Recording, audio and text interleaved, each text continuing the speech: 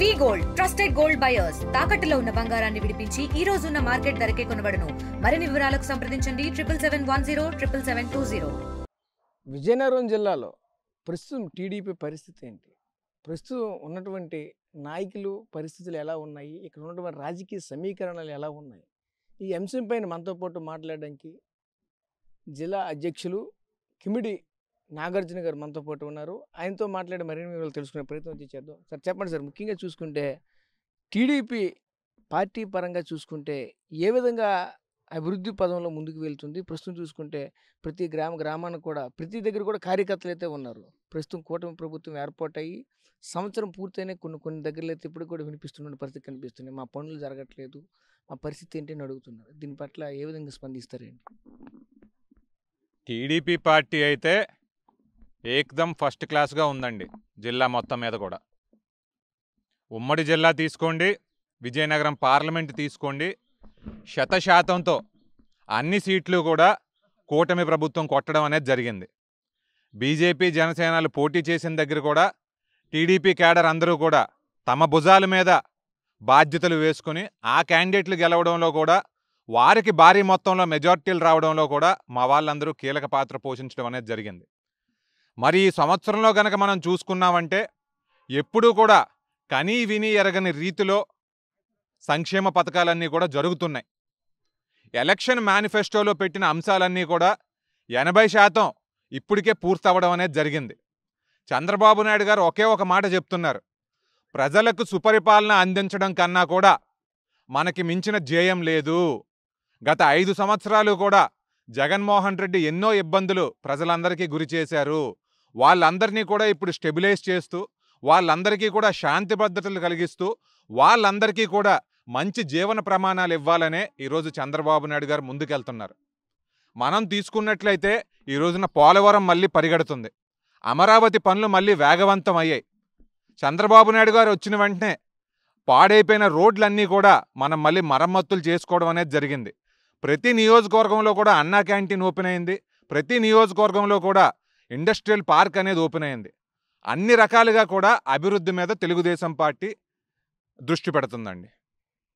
అంటే ముఖ్యంగా చూసుకుంటే ఏదైతే మీరు ఇప్పుడు ఒకవైపు డీసీసీబీ అధ్యక్షులుగా కూడా ఉన్నారు, డీసీసీబీకి సంబంధించినటువంటి దాని కార్యాచరణ ఏ విధంగా ముందుకు తీసుకుని వెళ్తారు? గతంలో చూసుకుంటే పూర్తిగా డీసీసీబీ అనేది కొంత నిర్వీర్యమైన పరిస్థితి కూడా కనిపిస్తుంది. ఇక్కడ నుంచి ఏ విధంగా తీసుకుని వెళ్తారు జిల్లాలో? సహకార రంగం అనేది పేద రైతాంగం కోసం ఉన్న రంగం అండి. భారతదేశంలో రైతు రుణంతో పుడుతున్నాడు, రుణంతో బతుకుతున్నాడు, రుణంతోనే చనిపోయి తన వారసులకు అది వారసత్వంగా ఇస్తున్నాడు. ఇలా ఉండకూడదు అని మొదలైన రంగమే సహకార రంగం. కానీ దురదృష్టవశాత్తు ఎవరికీ కూడా దాని మీద శ్రద్ధ లేదు. ఈ రోజున మేము డీసీసీబీలోకి వచ్చిన తర్వాత విజయనగరం జిల్లా ప్రజానీకం అందరికీ కూడా ఒకటి చెప్తున్నాం, డీసీసీబీ బ్యాంక్ని ప్రక్షాళన చేస్తాము. డీసీసీబీ యొక్క సేవలని ప్రతి ఒక్కరికి కూడా వెళ్ళేలాగా చూసుకుంటాము అని చెప్పి మేము ఘంటాపదంగా చెప్తా ఉన్నాం. ఈ రోజున బ్యాంకు బలోపేతం అవ్వాలి అంటే బ్యాంకుకి సొంత నిధులు ఉండాలి. బ్యాంకుకి అందరి దగ్గర కూడా ఒక విశ్వాసం అనేది కలిగించాలి. మరి ఆ రకంగా అడుగులేసుకుంటూ ముందుకెళ్తున్నాం. టీచర్లు కానివ్వండి, మేధావి వర్గం కానివ్వండి, అందరి దగ్గరికి కూడా వెళ్ళి మా బ్యాంకులో మీ డబ్బులు జమ చేయండి, వాటిని సురక్షితంగా చూసుకునే బాధ్యత మాది అని చెప్పి కూడా తెలియజేస్తున్నాం. అదే రకంగా డీసీసీబీ ద్వారా సేవలు కూడా ప్రతి ఇంటికి వెళ్ళాలి. విజయనగరం జిల్లాలో ఉన్న ప్రతి ఇంట్లో కూడా డీసీసీబీ సేవలు ఉండాలి అనే ఆలోచనతో కూడా మేము ముందుకెళ్తున్నామండి. ఈ రోజున ఎంతోమంది మహిళలు ఉన్నారు, ఎంతోమంది కుర్రవాళ్ళు ఉన్నారు. వాళ్ళందరి చేత కూడా మనం ఏదో ఒక ఆర్థిక సహాయం ఇచ్చి ఏదైనా వ్యాపారాలు చేయించగలిగామంటే జిల్లాలో ఉన్న ప్రజానీకం అందరూ కూడా అభివృద్ధి చెందుతారు. అదే రకంగా ఇంట్రెస్ట్ రేట్లు కూడా సొంత నిధులు పెంచుకుని ఇంట్రెస్ట్ రేట్లు తగ్గించుకొని రైతులందరికీ కూడా ఇంకా రుణాలు తక్కువ మొత్తాలకే ఇవ్వాలని చెప్పేసి ఆలోచనతో కూడా ముందుకెళ్తున్నామని చెప్పి సందర్భంగా తెలియజేస్తున్నాం. అదే రకంగా ఇంకొక ముఖ్యమైన అంశం ఏంటంటేనండి, మొండి బకాయిలు. పాపం ఎవరైనా రైతు ఏదైనా ఇబ్బందుల్లో ఉన్నా కానివ్వండి, లేదా పంట పోయినా కానివ్వండి, రైతు అనే వాళ్ళతో బ్యాంకుకి ఏ రకమైన సమస్య కూడా లేదండి. పాపం వాళ్ళు ఎప్పుడు ఆన్ టైం డబ్బులు కడతారు. కానీ కొంతమంది సంపన్నులు అందామా, భూస్వాములు అందామా, లేదా ఇతరత్ర నాయకులు అందామా, వీళ్ళు మాత్రం డీసీసీబీ దగ్గర అధిక మొత్తాల్లో డబ్బులు తీసుకుని మొండి బకాయిల్లాగా వారి బకాయిలు మాత్రం వాళ్ళు చెల్లించట్లేదండి. ఇది మాత్రం సమంజసం కాదు. మీకు ఒక అంశం చెప్తాను. డీసీసీబీ మొత్తం మీద 24 బ్రాంచులు ఉన్నాయి. 90 కోట్ల మొండి బకాయిలు ఉన్నాయి. కానీ ఈ 90 కోట్లలో 60 కోట్ల మొండి బకాయిలు 8 బ్రాంచుల్లోనే ఉన్నాయి. దాని అర్థం ఏంటి? కొన్ని ప్రాంతాల్లో మాత్రమే ఆ సమస్య ఎందుకు వస్తుంది? బ్యాంక్ అనేది రాజకీయాలకు అతీతంగా ఉండాలి. సంపన్నులు వారి మొండి బకాయిలు తిరిగి చెల్లిస్తేనే రైతాంగం అందరికీ కూడా ఇంకా మేము మేలు చేయగలం. ఈ విషయంలో రాజకీయాలకు అతీతంగా బ్యాంకు బాగుండాలి. రాజకీయాలకు అతీతంగా రైతాంగం అందరికీ సేవలు అందించాలి అనే రకంగా ముందుకెళ్తున్నామండి. అలాగే ఇంకొక విషయం ఏంటంటే, సిబ్బంది ఎవరైనా వెళ్ళారంటే కొంతమంది రాజకీయ నాయకులు గత ప్రభుత్వ హయాంలో దురుసుగా ప్రవర్తించారన్న సంగతి కూడా మా దగ్గరికి తెలిసింది. ఉద్యోగస్తులు ఏం చేస్తారండి? సిబ్బంది ఏం చేస్తారండి? మహిళల మీద మీరు దౌర్జన్యంగా ఏ రకంగా వెళ్తారండి? ఇటువంటి ప్రవర్తనలు చేస్తే పోలీస్ కేసులు కూడా పెడతామని కూడా మేము వారికి భరోసా ఇవ్వడం అనేది జరిగింది. కాబట్టి జిల్లా ప్రజానీకం అందరికీ కూడా ఒకటి చెప్తున్నాను. డీసీసీబీ బ్యాంకును అభివృద్ధి చేస్తాం. డీసీసీబీ బ్యాంకులో ఉన్న డబ్బంతా కూడా సురక్షితంగా ఉండేలాగా చూస్తాం. ఎవరు ఏ రకమైన తప్పు చేయాలనుకున్నా ఖబర్దార్, అది చేసేలాగా, అది జరగకుండా చూసుకునే బాధ్యత మాది అని చెప్పి ఈ సందర్భంగా తెలియజేస్తున్నాను. అంటే ముఖ్యంగా మీరు చెప్పారు 6 బ్రాంచుల్లోనే అధిక మొత్తంలో డబ్బులైతే మొండి బకాయిలు ఉండే పరిస్థితి కనిపిస్తున్నాయి. కానీ విజయనగరం జిల్లాలో ఎన్ని ఉన్నాయి? ఇందులో ముఖ్యంగా మాకు వచ్చిన సమాచారం ఏంటంటే, ప్రముఖంగా రాజకీయంలో ఉండడం, రాజకీయ నాయకుల చేతిలోనే ఎక్కువగా డీసీసీబీకి సంబంధించిన డబ్బంతా కూడా ఉందంటూ వచ్చినటువంటి సమాచారం. వాళ్ళ పట్ల ఎటువంటి చర్యలు తీసుకుంటారు? వాళ్ళపైన ఎటువంటి సెక్షన్లు లేదా యాక్ట్కి సంబంధించినవి వేయొచ్చు? అసలు ఏంటి పరిస్థితి దీనికి సంబంధించి? కొంతమంది సమాజంలో పెద్ద వ్యక్తులు డీసీసీబీ బ్యాంకులో రుణాలు తీసుకున్న మాట వాస్తవం. ఒక్క మాట చెప్తానండి, ఏ బ్యాంకులో రుణం తీసుకున్నా చెల్లించకపోతే వారే ఇబ్బంది పడతారు. ఏ బ్యాంకుకైనా అది సహజం. అయితే మా దృష్టికి వచ్చిన ఒక అంశం ఏంటి అంటే, కొంతమంది పెద్దలు ఒకరికి ఇవ్వగలిగిన మ్యాక్సిమం లిమిట్ 20 లక్షలే అయితే వారి కుటుంబ సభ్యులందరినీ కూడా ఇన్వాల్వ్ చేసి ఒక 5-6 మంది మీద ఒక ₹1,00,00,000 1,20,00,000 తీసేసుకుని వాటిని చెల్లించిన పరిస్థితి. ఇట్లా జిల్లా మొత్తం మీద ఈ 1,00,00,000 ఫిగర్ టచ్ చేసిన వాళ్ళని చూసుకుంటే 15 నుంచి 20 మంది ఉన్నారు. 50 లక్షలు పైన అయితే ఇంకొక 20-30 మంది ఉన్నారు. 25 లక్షల పైన ఇంకో 25 మంది ఉన్నారు. అంటే దీని అర్థం ఏంటి? ఈ లెక్క ప్రకారం ఈ పెద్దల దగ్గరే సుమారు 50 కోట్ల మొండి బకాయిలు ఉన్నాయి. నేను చేసే అప్పీల్ ఏంటంటే, ఈ 50 కోట్లు తిరిగి బ్యాంక్ దగ్గరకు వస్తే కనీసం 5,000 నుంచి 10,000 మంది రైతుల్ని మేము ఆదుకోగలం. రాజకీయాలకు అతీతంగా ఈ అప్పీల్ నేను చేస్తున్నాను. ఈ మొండి బకాయిలు కనుక చెల్లిస్తే 5,000 నుంచి 10,000 మంది పేద రైతాంగానికి మేము సహాయం చేయగలం. కాబట్టి ఇదంతా కూడా దృష్టిలో పెట్టుకుని బ్యాంకుకి సహకరించండి. అలాగే మీరు చెల్లించకుండా ఉంటే భారం అనేది మీ మీదే పెరుగుతూ ఉంటుంది. ఆ ఇంట్రెస్ట్ అనేది, ఆ వడ్డీలు అనేవి ఇంకా పెరుగుతూ ఉంటాయి. కాబట్టి ఇదంతా కూడా మీరు ఆలోచించి బ్యాంకుకి ఇవ్వాల్సిన డబ్బులు వెనక్కి ఇవ్వాల్సిందిగా తెలియజేస్తున్నాం. అంటే ఓన్లీ డీసీసీబీ బ్యాంక్ కదా, ముఖ్యంగా చూసుకుంటే బ్యాంక్ రంగం అంతా కూడా రైతుకు వచ్చేసరికి ప్రతి ఒక్క డాక్యుమెంట్స్ ప్రతి ఒక్కటి ప్రాపర్గా ఉండాలని ఫుల్గా డిమాండ్ చేస్తున్న పరిస్థితి ఉంటుంది. అదేవిధంగా ఒకవేళ రైతే కనుక 1 ఇయర్ పాటు 1 మంత్ కానీ కట్టలేకపోతే వెంటనే అతనిపై చర్యలు తీసుకున్నటువంటి నేపథ్యం కూడా కనిపిస్తూ ఉంటుంది. వెంటనే వచ్చి ఆస్తులు జప్తు చేయడం కానీ, లేదంటే ఉన్నటువంటి ఏదైతే షూరిటీ పెట్టిన వెంటనే జప్తు చేసిన పరిస్థితి కానీ, ఈ డీసీసీబీలు ఎందుకు అటువంటివి ఇక్కడ అమలు కావటం లేదు? వెంటనే ఎందుకు ఇప్పుడు కోట్ల రూపాయల్లో ఉన్నటువంటి బకాయిలు ఎందుకు మొండి బకాయిలుగా చెప్పుకుంటున్నారు తప్పుకొని వాటిని బయటికి తీసుకురాలేకపోతున్నారు? ఎందుకు? అసలు ఏం జరుగుతుంది ఇక్కడ? మీరు మంచి ప్రశ్న వేశారండి. చాలా మంచి ప్రశ్న ఇది. మిగిలిన బ్యాంకులు వెళ్ళినట్టుగా డీసీసీబీ ఎందుకు వెళ్ళలేకపోతా ఉందంటే, డీసీసీబీని ఖచ్చితంగా పూర్తిగా రాజకీయమయం చేసేశారు. రాజకీయ నాయకులు అందులో ఉంటూ, రాజకీయ నాయకులు అప్పులు తీసుకుంటూ, వాళ్ళు కోట్ల రూపాయల్లో ఈ డబ్బులు తీసుకుని తిరిగి బ్యాంకుకి చెల్లించరు. సిబ్బంది వెళ్ళారంటే ఎంతకన్నా పెద్ద నాయకుడు గతంలో ఫోన్ చేసేవారు, వారి దగ్గరికి వెళ్ళొద్దు, వారి దగ్గర బకాయిలు అడగొద్దు, వారి దగ్గర మీరేమీ తీసుకోవద్దు. ఇదేమి సంస్కృతి అండి? ఎవరి డబ్బులు అవి? జిల్లా ప్రజానికం యొక్క డబ్బులు, జిల్లాలో రైతులకు ఇవ్వాల్సిన డబ్బులు. రైతులు పాపం 1,00,000-2 లక్షలు తీసుకుని వాళ్ళు పంట పోయిందంటే భోజనం కూడా తినలేని పరిస్థితిలో వాళ్ళుంటే ఈ బడాబాబులందరూ కూడా ఎక్కువ మొత్తంలో డబ్బులు తీసుకుని బ్యాంకుకి చెల్లించరంట. ఇది మంచి సంస్కృతి కాదండి. ఇవన్నీ కూడా మాట్లాడుకోవాల్సిన అవసరం ఎందుకంటే ప్రజలందరినీ కూడా మనం చైతన్యపరచాలి. చైతన్యపరిచే అన్యాయం ఎక్కడైనా జరుగుతుందంటే దాన్ని మనం ప్రశ్నించాలి. వీటన్నిటినీ కూడా మేము బయటికి తీస్తాం. ఎవరి మీద మాకు ఏ రకమైన కక్ష సాధింపు చర్యలు అనేవి లేదండి. కానీ ఆ డబ్బు బ్యాంకుకి వచ్చిందంటే మేము చాలా మంచి పనులు చేయొచ్చు, చాలా మంది జీవితాలను మేము నిలబెట్టొచ్చు. కాబట్టి అందరూ కూడా దీన్ని గుర్తించండి. Okay, right. మళ్ళీ మీరు ఇప్పుడు ప్రస్తుతానికి అయితే డీసీసీ అధ్యక్షులతో పాటు ప్రస్తుతం ఉన్నటువంటి టీడీపీ అధ్యక్షులు కూడా టీడీపీకి సంబంధించిన పార్టీ పరంగా చూసుకుంటే గ్రామీణ స్థాయి నుంచి, వార్డు స్థాయి నుంచి, జిల్లా స్థాయి వరకు కూడా ఏ విధంగా ఒక కార్యాచరణ రూపుదాల్చారు? ప్రస్తుతం చూసుకుంటే ఎక్కడ ఎంతోమంది మాకు ఏ పదవులు వస్తాయని ఆశిస్తున్నటువంటి పరిస్థితులు కనిపిస్తున్నాయి. గ్రౌండ్ లెవెల్ చూసుకుంటే కార్యకర్తల నుంచి, అలాగే గ్రౌండ్ లెవెల్లో ఉన్నటువంటి పంచాయతీ లెవెల్లో ఉన్నటువంటి ప్రెసిడెంట్ల నుంచి ప్రతి ఒక్కరు కూడా మాకు ఏదైనా ఒక పదవి, నామినేటెడ్ పదవి జిల్లాలో మాకు కట్టబెడుతున్న ఎదురు చూస్తున్నారు. వాళ్ళందరికీ ఎటువంటి భరోసా ఇస్తారు? దీనికి సంబంధించిన ప్రణాళిక ఎప్పుడు రెడీ అవుతుంది? అధిష్టానం నుంచి ఎటువంటి ఆదేశాలు ఏమైనా వచ్చాయి? ఖచ్చితంగానండి. ఈ రోజున సంవత్సరం అయింది, సంవత్సరం దాటింది అధికారంలోకి వచ్చిన తర్వాత.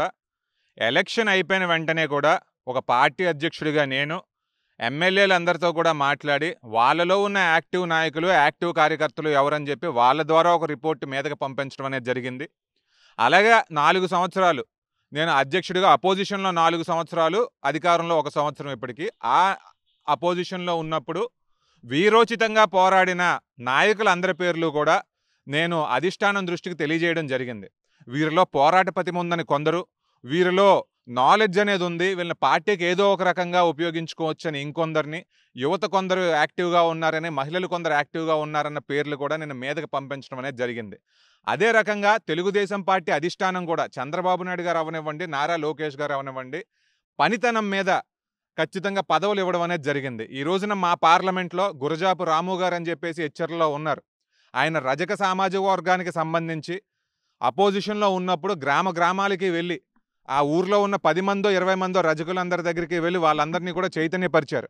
ఇప్పుడు ఆయనకు ఒక డైరెక్టర్ పోస్ట్ రావడం అనేది జరిగింది. అట్లాగే కొంతమంది గజపతి నగరంలో బొబ్బిల్లో కొల్లు అప్పలనాయుడు అని చెప్పేసి ఒక యువకులు ఉన్నారు. మరి వాళ్ళ సేవలు కూడా గుర్తించి వారికి వెలమ కార్పొరేషన్లో డైరెక్టర్ ఇవ్వడం అనేది జరిగింది. ఇట్లా చెప్పుకుంటూ పోయామంటే ఎన్నో ఉదాహరణలు ఉన్నాయి. అంటే తెలుగుదేశం పార్టీలో ఎవరైతే కష్టపడతారో మేము ఫీడ్బ్యాక్ ఇవ్వడంతో పాటు అధిష్టానం కూడా ఫీడ్బ్యాక్ కరెక్టా రాంగా అని చూసుకుని వారికి పదవులు ఇవ్వడం అనేది కూడా జరిగిందండి. అయితే ఇంకా రానున్న రోజుల్లో ఇప్పుడు తెలుగుదేశం పార్టీ సంస్థాగతంగా మళ్ళీ కొత్త కమిటీలు వేసుకోబోతా ఉంది. పార్లమెంట్ కమిటీ రాబోతా ఉంది, అనుబంధ కమిటీలు రాబోతా ఉన్నాయి. వీటన్నిటిలోకి కూడా మేము అందరినీ కూడా ప్లేస్ చేసుకుంటామని చెప్పి ఈ సందర్భంగా తెలియజేస్తున్నాం. తెలుగుదేశం పార్టీ కార్యకర్త ఎప్పుడూ కూడా తెలుగుదేశం పార్టీ జెండా కోసం, మా సిద్ధాంతాల కోసం పోరాడుతూనే ఉంటారు. ఇప్పుడు మనం చూసుకున్నామంటే ఉమ్మడి విజయనగరం జిల్లా అంతటా కూడా సుపరిపాలనలో తొలి అడుగు అందరూ కూడా చాలా బాగా చేశారు. ప్రతి ఇంటికి వెళ్ళారు, వాళ్ళ కష్ట సుఖాలు ఏంటో తెలుసుకున్నారు. ఎక్కడైనా ఏదైనా ఇబ్బంది ఉందంటే తిరిగి ఎమ్మెల్యే గారికి చెప్పి ఆ పనులన్నీ కూడా పరిష్కారం అయ్యేలాగా ఫాలో అప్ చేస్తున్నారు. కాబట్టి వీళ్ళందరినీ కూడా నేను మెచ్చుకుంటూ ఈ రకమైన సేవలన్నీ కూడా రానున్న 4 సంవత్సరాల్లో కూడా జరగాలని చెప్పి తెలియజేస్తున్నాను.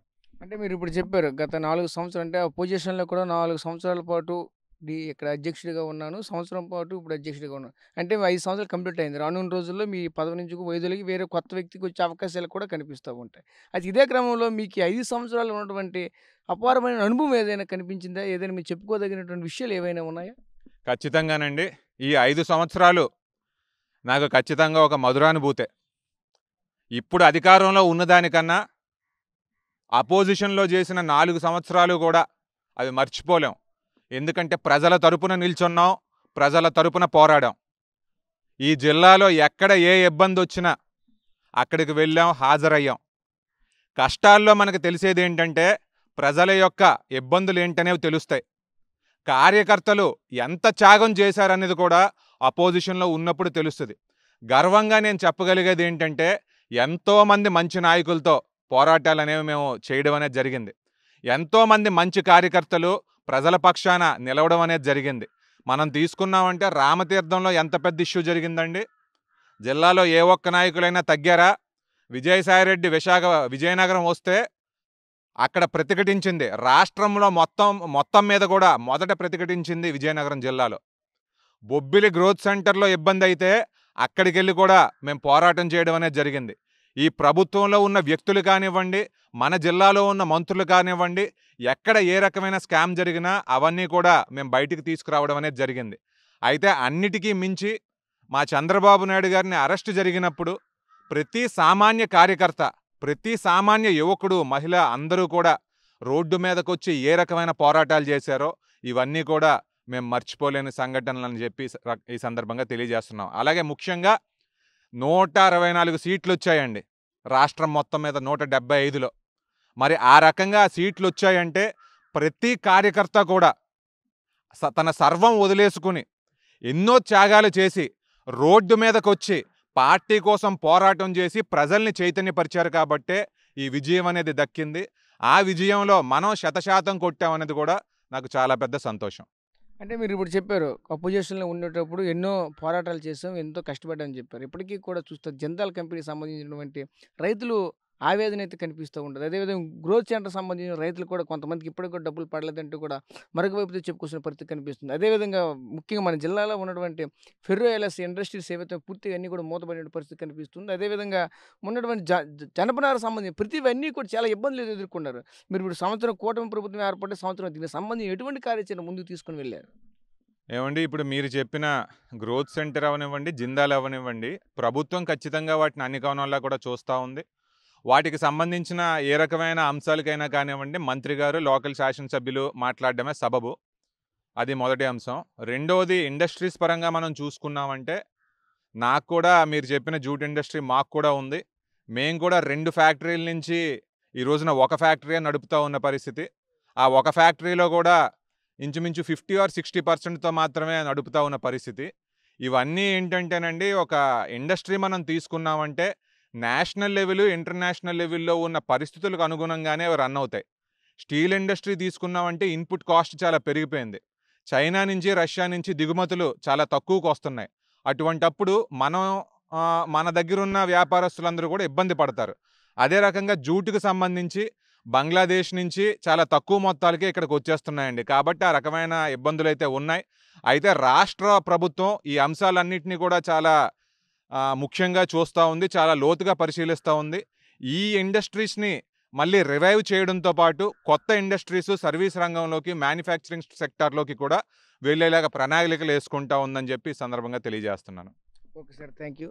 సో చూసాం కదా, ముఖ్యంగా చూసుకుంటే ఏదైతే జిల్లాలో ఉన్నటువంటి ఏదైతే టీడీపీ శ్రేణులు కావచ్చు, అలాగే వీళ్ళందరికీ కూడా భరోసా ఇస్తున్నటువంటి పరిస్థితి కనిపిస్తుంది. అదేవిధంగా ముఖ్యంగా ఇక్కడ ఉన్నటువంటి ఇండస్ట్రీస్ పరంగా కూడా ఖచ్చితంగా రానున్న రోజుల్లో ఖచ్చితంగా అభివృద్ధి దిశకైతే మేమైతే అడుగులు వేస్తామంటూ కూడా చెప్పుకొస్తున్న పరిస్థితి కనిపిస్తుంది. ముఖ్యంగా జిందాల్కి సంబంధించినటువంటి రైతులు కూడా ఖచ్చితంగా మేమైతే పైకి తీసుకుని వస్తామంటూ కూడా చెప్పుకొని వస్తున్న పరిస్థితి కనిపిస్తుంది. ముఖ్యంగా చూసుకుంటే ఏదైతే డీసీసీబీలో ఉన్నటువంటి మొండు బకాయిలు అయితే మాత్రం ఖచ్చితంగా వసూలు చేసి తీరుతామంటూ కూడా చెప్పుకొని వస్తున్న పరిస్థితి. ఎందుకంటే ఆ యొక్క డీసీసీబీ అనేది ఎవరు ఒక్కరి సొత్తు కాదు కాబట్టి అది ప్రజల సొత్తు అంటూ కూడా చెప్పుకొస్తున్న పరిస్థితి కనిపిస్తుంది. ముఖ్యంగా ఖబర్దార్ అంటూ కూడా సవాల్ చేసినటువంటి పరిస్థితులు కూడా మనకు కనిపిస్తుంది. ప్రస్తుతం ఇది విజయనగరంలో తాజా పరిస్థితి. కెమెరా పర్సన్ నాయుడుతో రాజేష్, RTV, విజయనగరం నుంచి.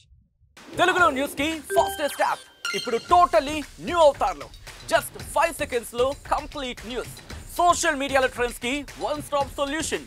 Live TV app voice search option తో ఇప్పుడే డౌన్లోడ్ చేయండి లేదా అప్డేట్ అయిపోండి. యాప్ లింక్ డిస్క్రిప్షన్ లో ఉంది.